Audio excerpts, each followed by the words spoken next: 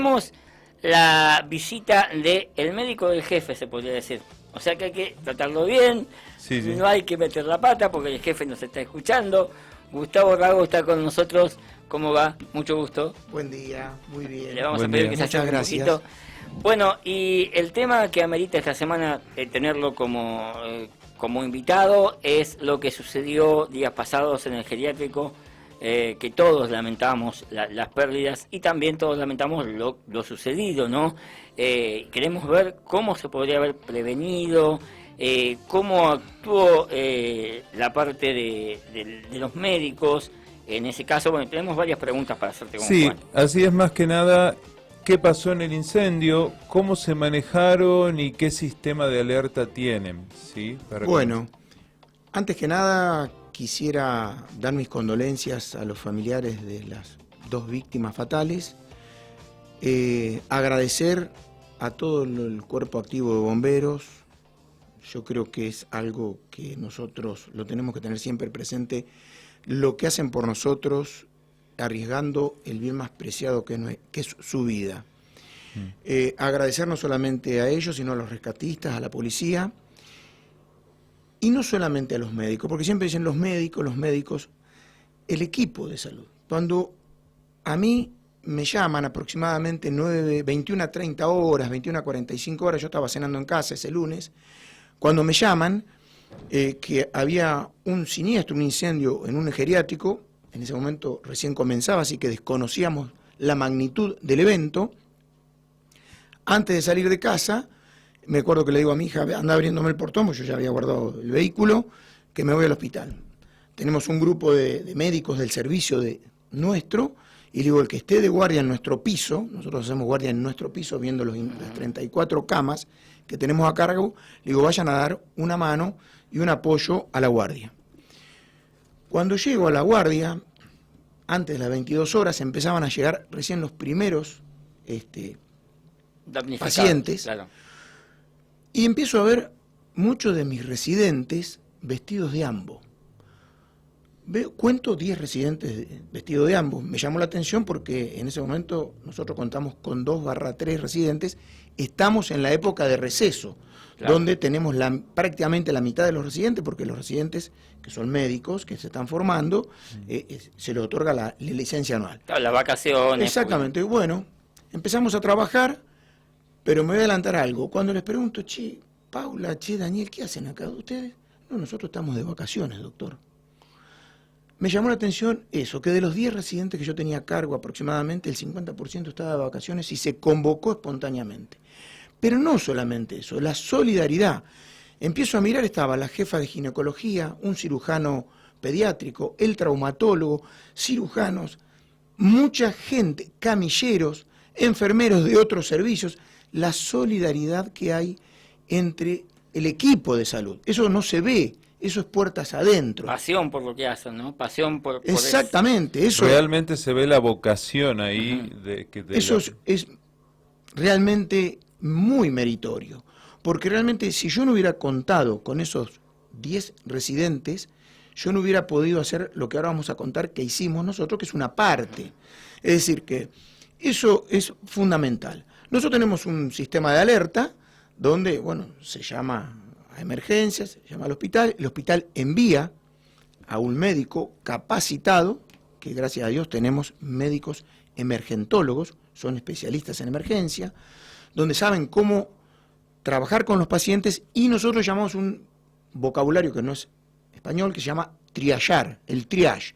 El triage es estratificar los riesgos, la severidad de los pacientes. Entonces, el paciente que es código verde es el último que va a ser sacado de la escena, pero después tenemos pacientes código rojo, amarillo, bueno. Ordenarlos. Ordenarlos. Eso se hace en el lugar del hecho, lo hace el paramédico, el enfermero, que están todos capacitados, y el médico. Y nosotros, en la guardia, que yo no pertenezco a la guardia, nosotros empezamos a trabajar puertas adentro. Cuando yo llego a la guardia, me refiero al médico de guardia, que era el doctor Pablo Luchini, gran emergentólogo, y en el lugar del siniestro estaba el doctor Nicolás Pereira Díaz, otro médico emergentólogo, así que estábamos cubiertos. Entonces le digo, bueno, Pablo, le digo, vos encargate de realmente los pacientes críticos y todos los pacientes código verde que van a aparecer, si es que aparecen, yo los voy a manejar con todos los médicos de guardia, los que lo manejaron fueron los médicos de guardia, y me los voy a llevar a la internación, porque la guardia no tiene capacidad para tener 50 internados, no tenemos la capacidad edilicia para tener 50. Entonces, a medida que el paciente se va compensando, lo íbamos retirando hacia la internación. Esa fue mi ahí función. No se sabía cuántos pacientes iba a haber más complicados que otros, ¿no? Continuamente venían llegando, se manejan por radio de la guardia, y van diciendo, hay un código rojo, hay 2 códigos rojos, hay código verde, hay 5 códigos verdes. Nos comentan, nos informan que había ya fallecidos, pero bueno, estábamos en los primeros minutos del siniestro, que se veía a la distancia, se sospechaba que era de una gran magnitud. Tengo que rescatar, así como rescato y agradezco a los bomberos, al personal de salud en general, la predisposición de las 3 instituciones privadas, que ahí se establece lo que se llama la relación público-privada. Tanto Semeda como María Auxiliadora, como el Instituto Médico, los 3 efectores privados nos pusieron a disposición las camas de terapia intensiva o de piso para que nosotros dispusiéramos de ello. Así que realmente hubo una articulación que nosotros, los médicos ya viejos, somos los que damos un poco la experiencia, la tranquilidad, y después el médico joven es el que puso el músculo. Hubo mucha gente trabajando. Yo no te puedo decir hoy si éramos 50, 60, pero era infinita la cantidad de personal de salud que había en el hospital esa noche. Qué importante esto también para que la gente conozca el detrás de todo lo que está ocurriendo. Y con respecto a las lesiones, entrando más en el punto médico de todo esto, ¿cuáles son las lesiones que sufre una persona que es víctima de un incendio y con qué tipos de lesiones se han encontrado ustedes? Uno cuando, yo ya hace años que no hago guardia, pero uno cuando acude a un incendio, uno piensa, quizás el vulgo, el público piensa en el quemado.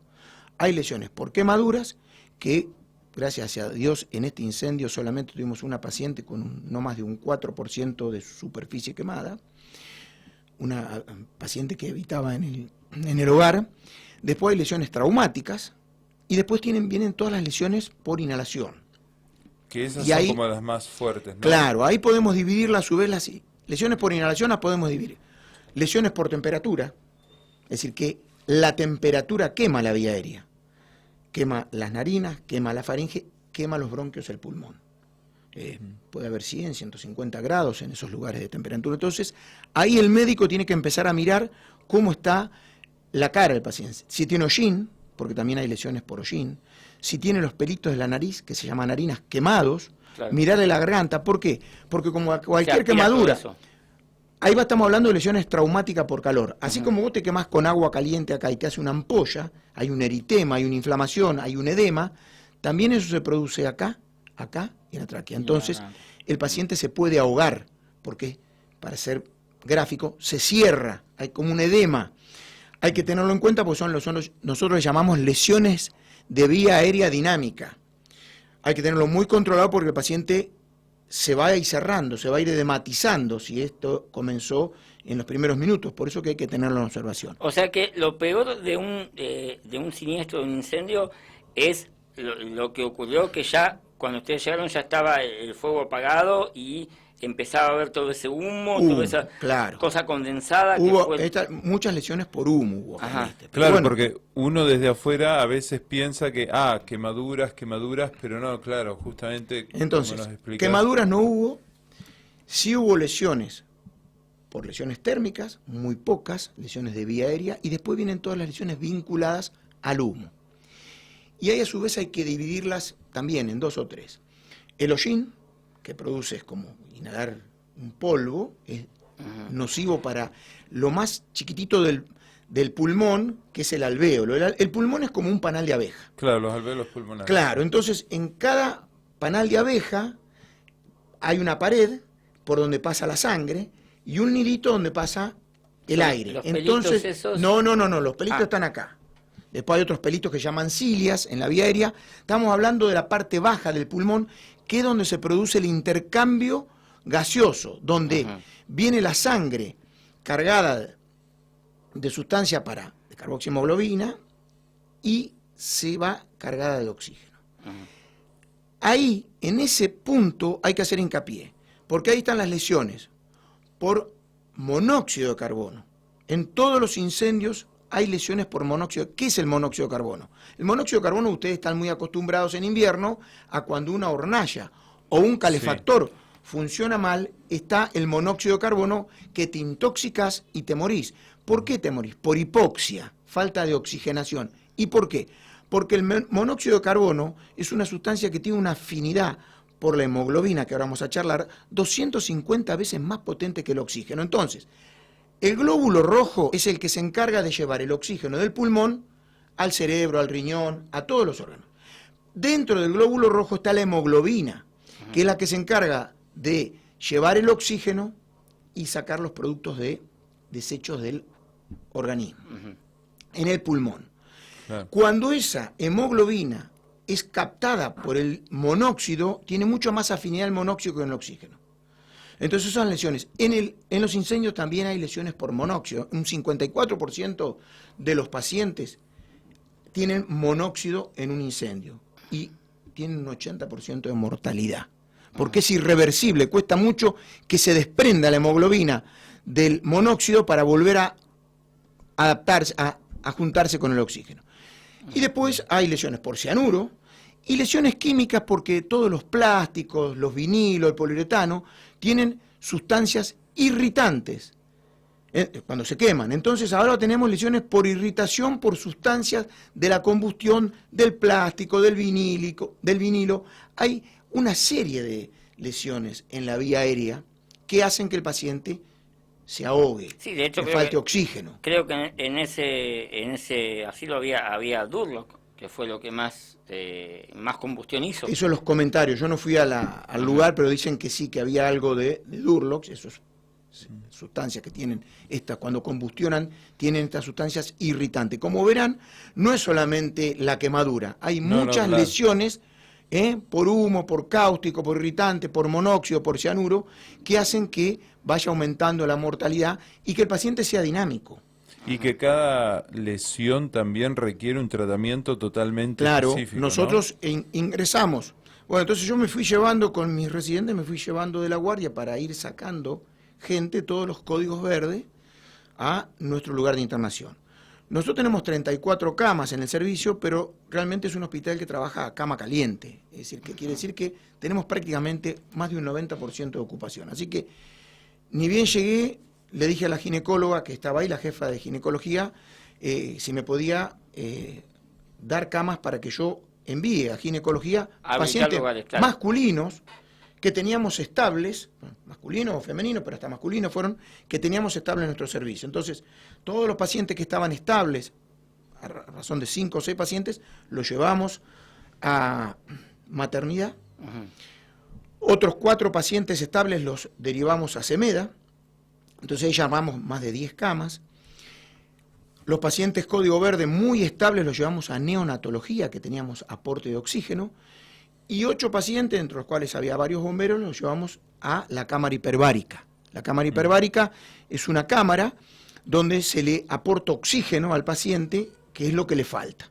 Dura una sesión de 1 hora y cuarto, y ese paciente volvió a nuestro servicio para cumplir las 24 horas, porque como yo le decía, las lesiones de vía aérea son dinámicas. Que no tengas nada al ingreso no quiere decir que ya estás de alta. Hoy, una semana después, ¿hay gente internada? Todavía quedan gente internada en terapia intensiva.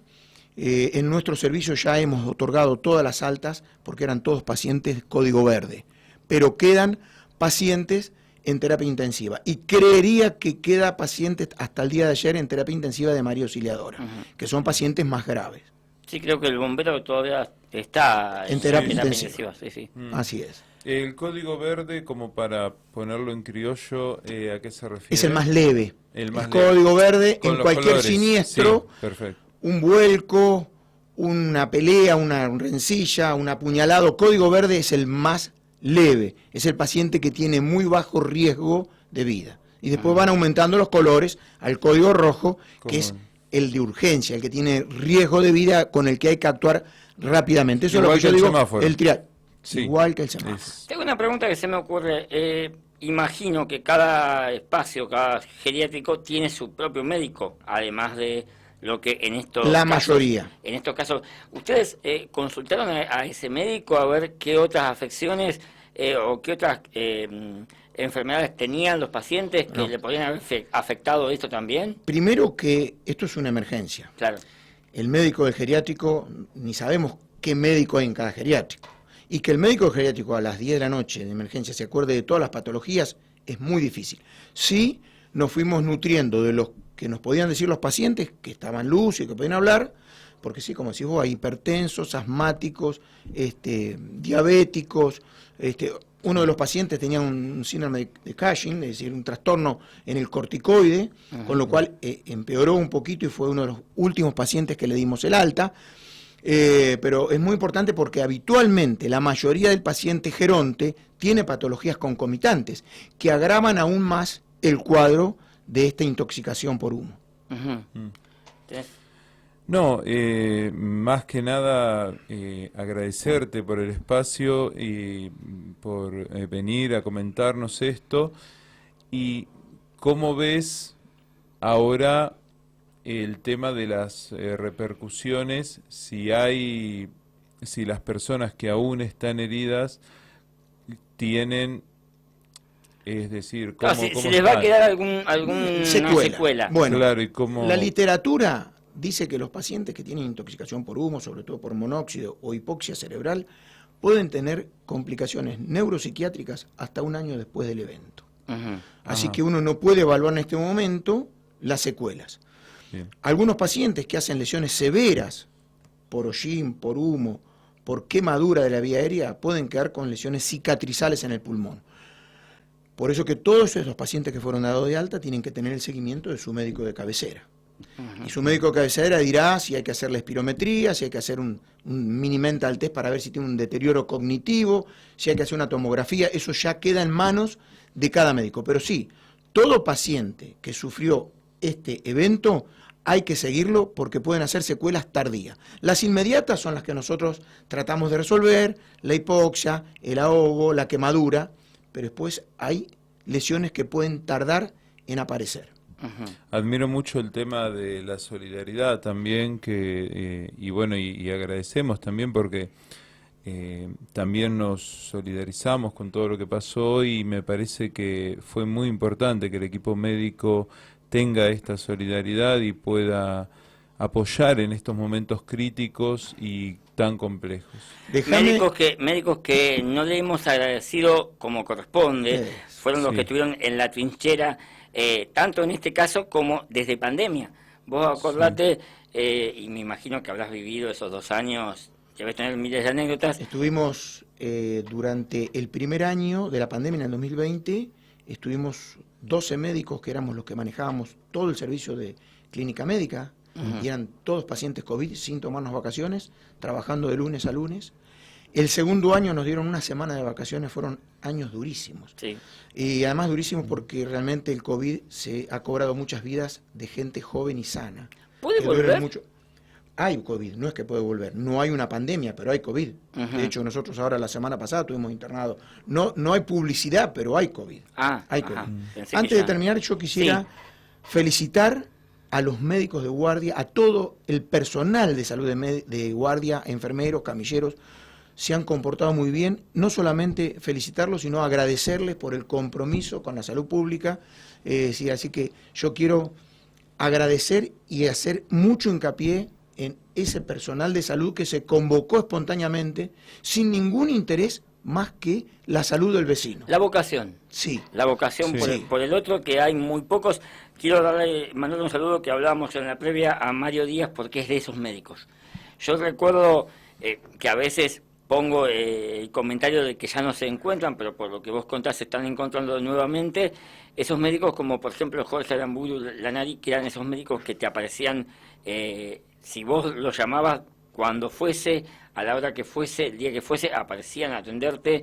Después hubo un tiempo que ya no hubo tanto así, pero ahora están volviendo. A agradecerle a esos médicos de vocación, Bueno, y a quien fue mi pediatra cuando era chiquito, el doctor Julio Bologna, que si me está escuchando realmente un médico, seguramente lo debes conocer, ¿Cómo no? Una gran persona, un pediatra que estaba siempre ahí, es Mirá, genio. Como dicen ustedes, yo ingresé al hospital ahora a las 21:45 aproximadamente y me retiré a la 1 de la mañana. Claro.